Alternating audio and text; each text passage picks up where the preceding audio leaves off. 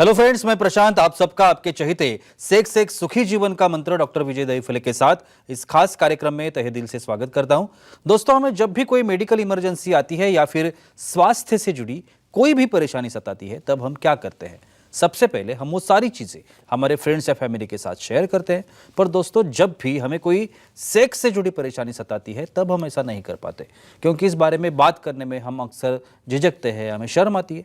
पर दोस्तों, अब शर्माने की बिल्कुल जरूरत नहीं, क्योंकि डॉक्टर विजय दहीफले आपके सारे सेक्स रिलेटेड सवालों के जवाब बहुत ही पॉजिटिव तरीके से जरूर देंगे। दोस्तों, शो को शुरुआत करते हैं, लेकिन उसके पहले जानते हैं डॉक्टर विजय दहीफले इनके बारे में।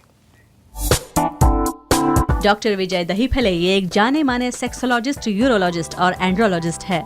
डॉक्टर दहीफले जी के क्लिनिक औरंगाबाद, हैदराबाद, दिल्ली में द्वारका, पुणे तथा नवी मुंबई में नेरुल, दादर, अंधेरी, कल्याण, नासिक, अहमदाबाद और दुबई में भी है। डॉक्टर विजय दहीफले जी का भारत तथा अन्य देशों में कॉन्फ्रेंसेस और सेमिनार के लिए हमेशा आना जाना रहता है, जिसमें वे सेक्स संबंधी सभी समस्याओं पर सलाह एवं मार्गदर्शन करते हैं।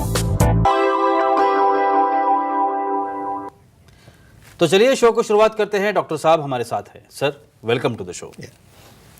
नमस्ते।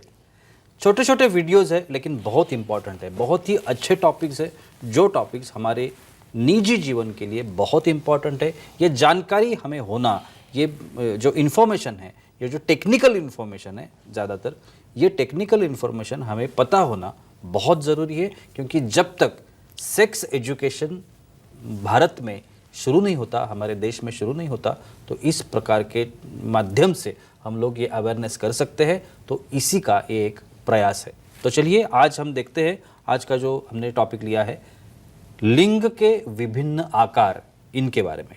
तो चलिए पूछते हैं डॉक्टर साहब से। सर, जैसे मैंने अभी बताया कि बिल्कुल अवेयरनेस का अपना एक प्रयास है। और सेक्स के लिंग के विभिन्न आकार के बारे में कुछ सवालात मैं आज आपसे करना चाहूँगा।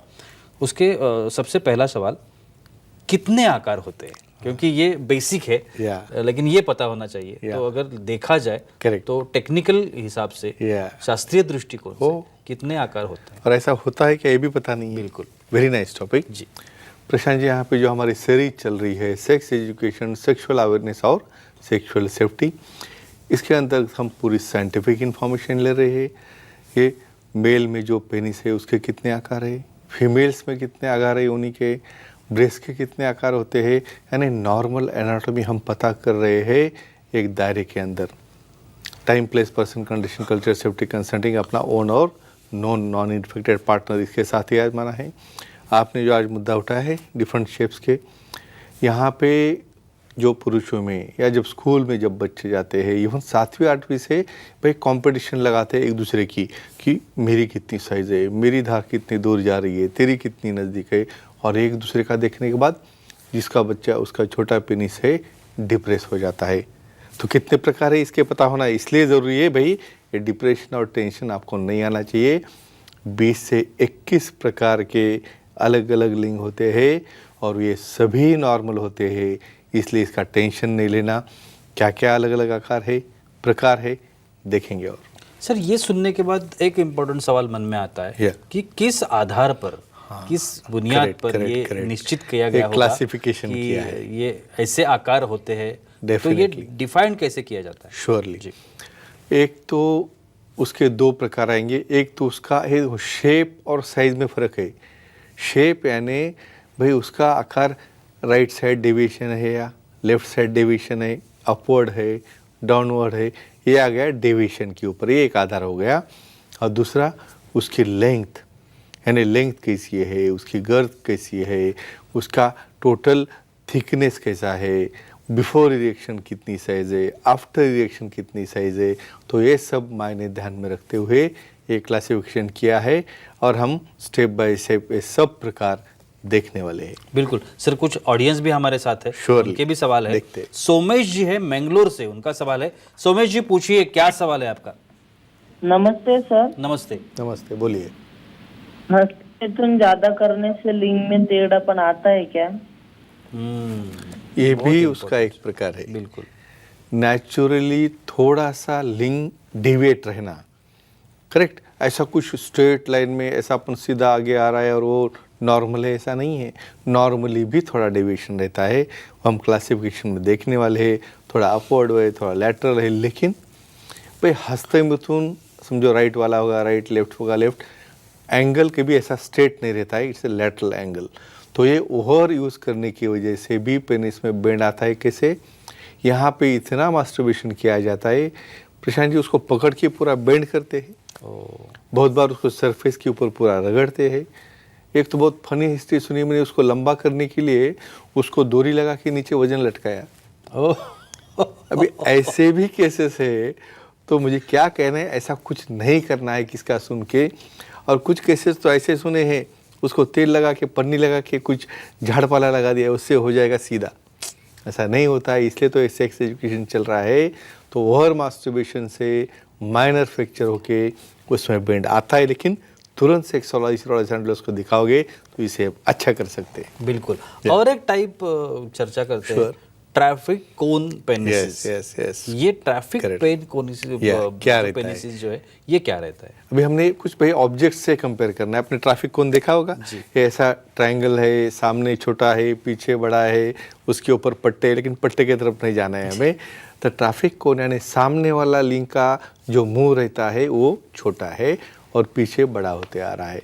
तो दिखता कैसा है भाई? ट्रैफिक कोन के जैसा जब इरेक्ट होगा तब इसे कहते हैं ट्रैफिक कोन पेनिस। और इसके लिए सेक्स पोजीशन भी बहुत इंपॉर्टेंट होती होगी। राइट। तो वो कौन सी होनी चाहिए पर्टिकुलरली इस आकार में? जी, ये देखो, इसलिए क्यों हमें डिस्कस करना है भाई, यहाँ पे ट्रैफिक कोन में जब वहाँ पे इंटरकोर्स होने जा रहा है तब पाँव का सेपरेशन इंपॉर्टेंट है। मीडियम सेपरेशन जिसे हम कहते हैं मिशनरी पोजीशन, या यहाँ पे साइड बाय साइड पोजीशन में भी ऐड कर सकते हैं, लेकिन माइल्ड सेपरेशन के मिशनरी पोजीशन में वहाँ पे कंफर्ट पार्टनर को अच्छा मिलता है। बिल्कुल। हमारी कुछ महिलाएं ऑडियंस है, उनका भी सवाल है। माधवी जी है जबलपुर से, उनका सवाल है। माधवी जी पूछिए, क्या सवाल है आपका?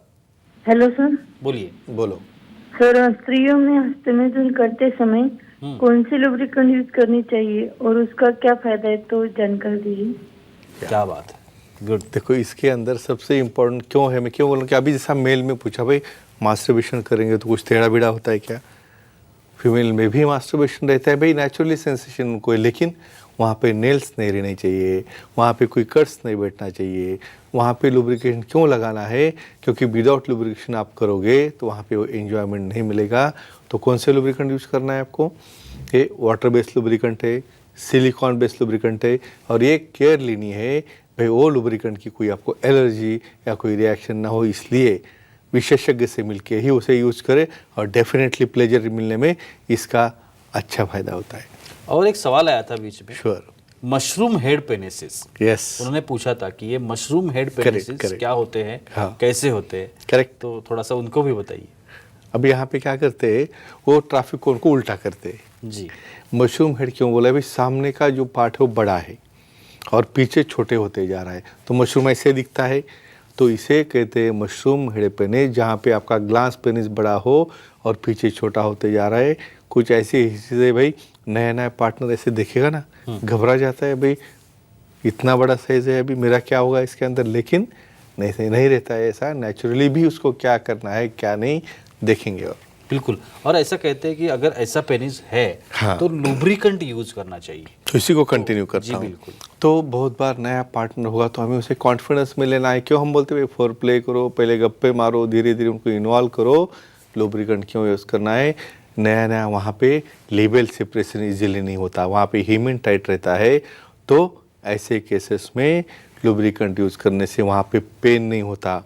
वहाँ पे इमीडिएट बहुत बार जो डर रहता है उनके मन में, इतने बड़े पेनिस से वहाँ पे कोई इंजरी तो नहीं होगी या हीमन को तो कुछ डैमेज नहीं होगा, तो ये नहीं होता है ये लुब्रिकेंट यूज़ करने से। बिल्कुल, बहुत ही अच्छी जानकारी थी आज के एपिसोड में, लेकिन वक्त की पाबंदी है, हमें यहाँ पे रुकना पड़ेगा। लेकिन आप अगर डॉक्टर साहब की सलाह लेना चाहते हैं तो स्क्रीन पर आप अभी डॉक्टर साहब के कॉन्टैक्ट डिटेल्स दिख रहे हैं, जिसमें डॉक्टर साहब के फ़ोन नंबर्स है, ईमेल है, वेबसाइट है। एक वेबसाइट है www.andrologistvijaydevipade.com। इस वेबसाइट पर अगर आप जाते हो तो डॉक्टर साहब की अपॉइंटमेंट बुक कर सकते हैं। महाराष्ट्र में जितने भी डॉक्टर साहब के सेंटर्स है उन सभी की वहाँ पे जानकारी है। आप इधर कहाँ डॉक्टर साहब को मिल सकते हैं वो हम वहाँ पे देख सकते हैं। दूसरी बात, नवी मुंबई के लोगों के लिए नवी मुंबई में खारघर में मेडिकवर नाम का हॉस्पिटल जहाँ पे आप डॉक्टर साहब ने नई ओपीडी उनकी शुरू की है, तो आप वहाँ पे जा सकते हैं, डॉक्टर साहब से मिल सकते हैं, सलाह ले सकते हैं, डॉक्टर साहब का मार्गदर्शन ले सकते हैं, और चाहिए तो आप वहाँ पे उपचार भी ले सकते हैं। तो बहुत ही पॉजिटिव तरीके से अपनी हर एक समस्या का समाधान आप डॉक्टर साहब से पा सकते हैं। तो चलिए रुकते इस एपिसोड में, अगले एपिसोड में फिर मुलाकात होगी, तब तक के लिए शुक्रिया।